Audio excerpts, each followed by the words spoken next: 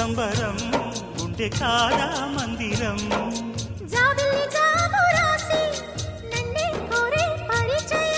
పున్నగ పూలు పూసే వన్నే చిన్నే రసమయం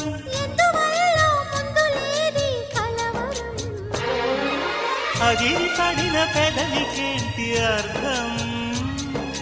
అడుగుతోంది